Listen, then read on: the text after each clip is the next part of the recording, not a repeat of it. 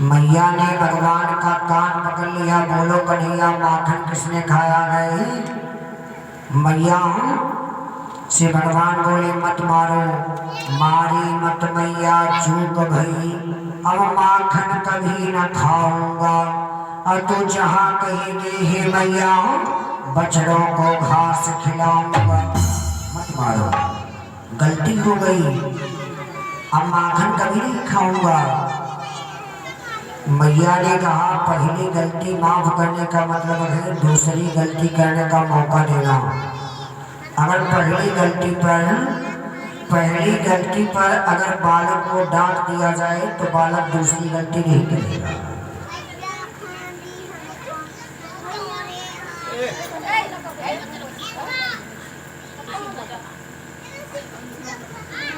आज बताओ द्वारिकाधीश नारायण भगवान कृष्ण मैया ने डंडा ले लिया। लल्ला तो बड़ा नटखट हो गया कि आज मैं तुमको मारूंगी। मारने के लिए भगवान को मैया ने डंडा लिया, भगवान के हाथ को पकड़ लिया। भगवान ने हाथ को छुड़ाया, भागे। मैया के डर के मारे भगवान भागे। आगे आगे भगवान भागते जा रहे हैं, उसके पीछे पीछे मैया भगवान को पकड़ने को दौड़ी जा रही है। भागते भागते मैया बहुत व्याकुल हो गई, बहुत व्याकुल हो गई। तो भगवान मैया की पकड़ में आ गई तो मैया भगवान को बांधने लगी। लल्ला तो बड़ा नटखट हो गया है, आज मैं तुझको बांध करके डाल दूंगी। ओखली में बांधने लगी। ओखली देखा है उसने? ओखली, ये रखड़ी है, देखो ऐसे टाइप का बन गया है। ओखली, इसी ओखली में बांधने लगी। अन्न भैया ना देखे हो, देख लो।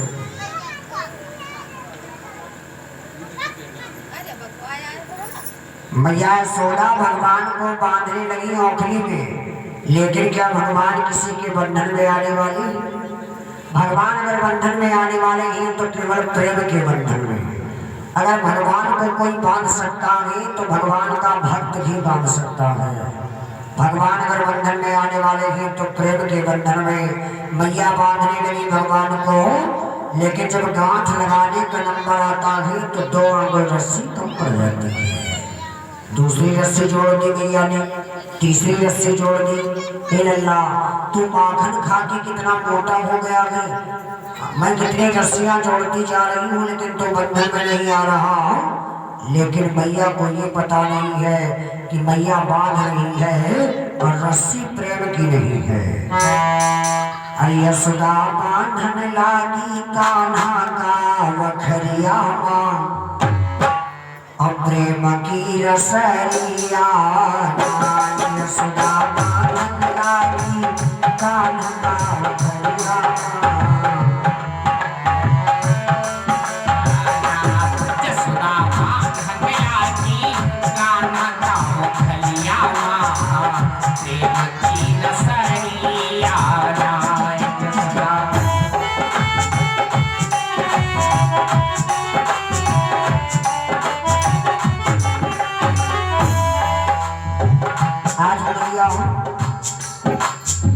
भगवान को बांध रही। यशोदा बंधती बंधती जावे और रसरी घटती घटती जावे।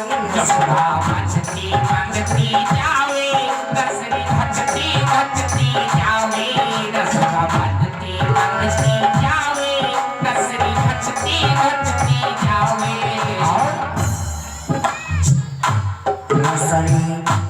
रसरी नाही रह गई गोकुल की नगरिया प्रेम की रसरिया।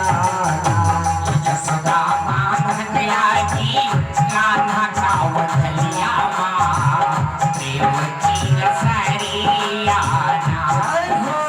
बांधन लागी कान्हा का वखरिया मां, प्रेम की रसरिया।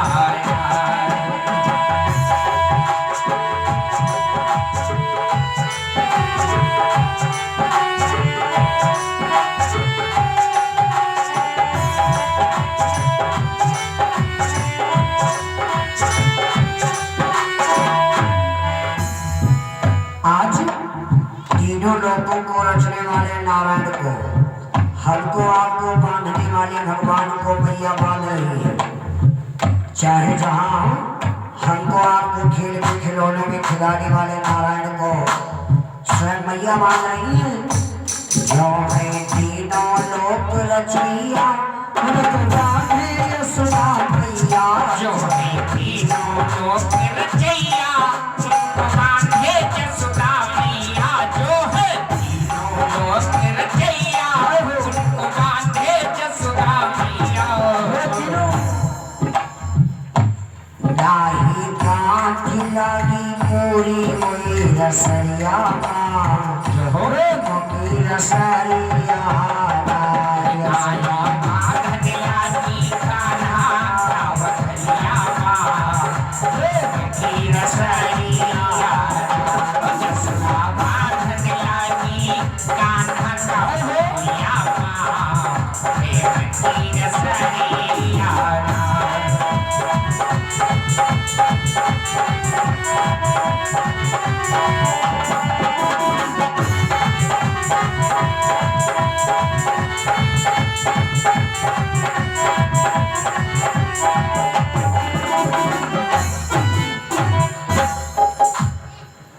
बांधते बांधते मैया रोने लगी। भगवान ने सोचा मैया परेशान हो गई है, मैया के बंधन में भगवान आ गई।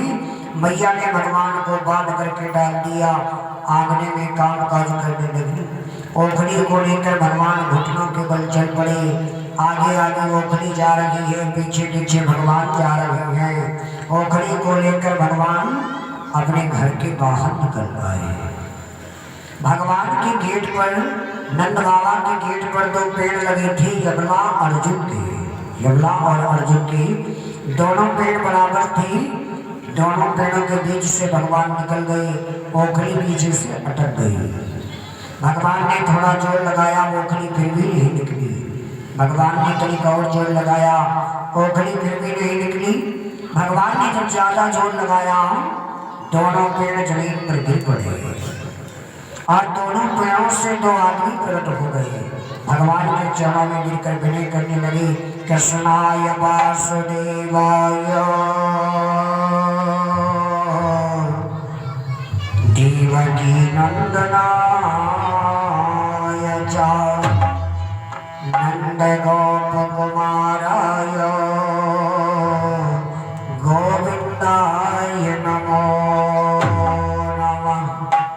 दोनों आदमी विनय करते करते स्वर्ग को चले गए। बोली सच्चिदानंद भगवान की जय हो। और दोनों आदमी स्वर्ग को चले गए।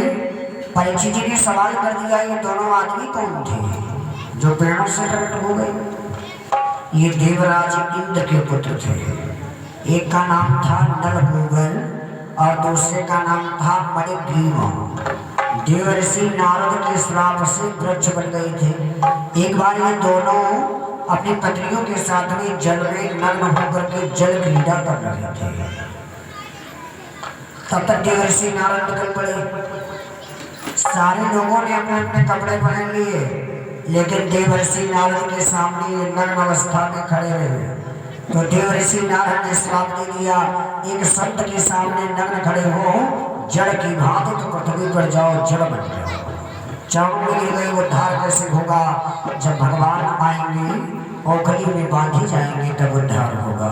भगवान ने दोनों का उद्धार किया और नंद बाबा ने ग्वाल वालों की बेटी को बुलाया। कहा सबको एक गोकुल नगर को छोड़ दो और चलो चल करके वृंदावन में निवास करें। 5 वर्षों तक भगवान गोकुल में रहे, केवल 5 वर्ष। और पुनः भगवान वृंदावन में पहुंच गए। वृंदा के नाम से एक सुंदर गांव बनाया गया, वृंदावन। वास्तव में कंस वृंदावन में नहीं जाता था भक्तों, वृंदावन में कंस नहीं आता था, इसलिए भगवान वृंदावन गए। बोले वृंदावन बिहारी लाल की जय हो, कृष्णचंद्र भगवान की जय हो। इस तरह से भगवान कृष्ण की माखन चोरी, ये कथा हमने आपको सुनाई। अब समय का ध्यान रखते हुए वाणी को विराम। रात्रि की पावन बेला में काली दह गोवर्धन लीला तक की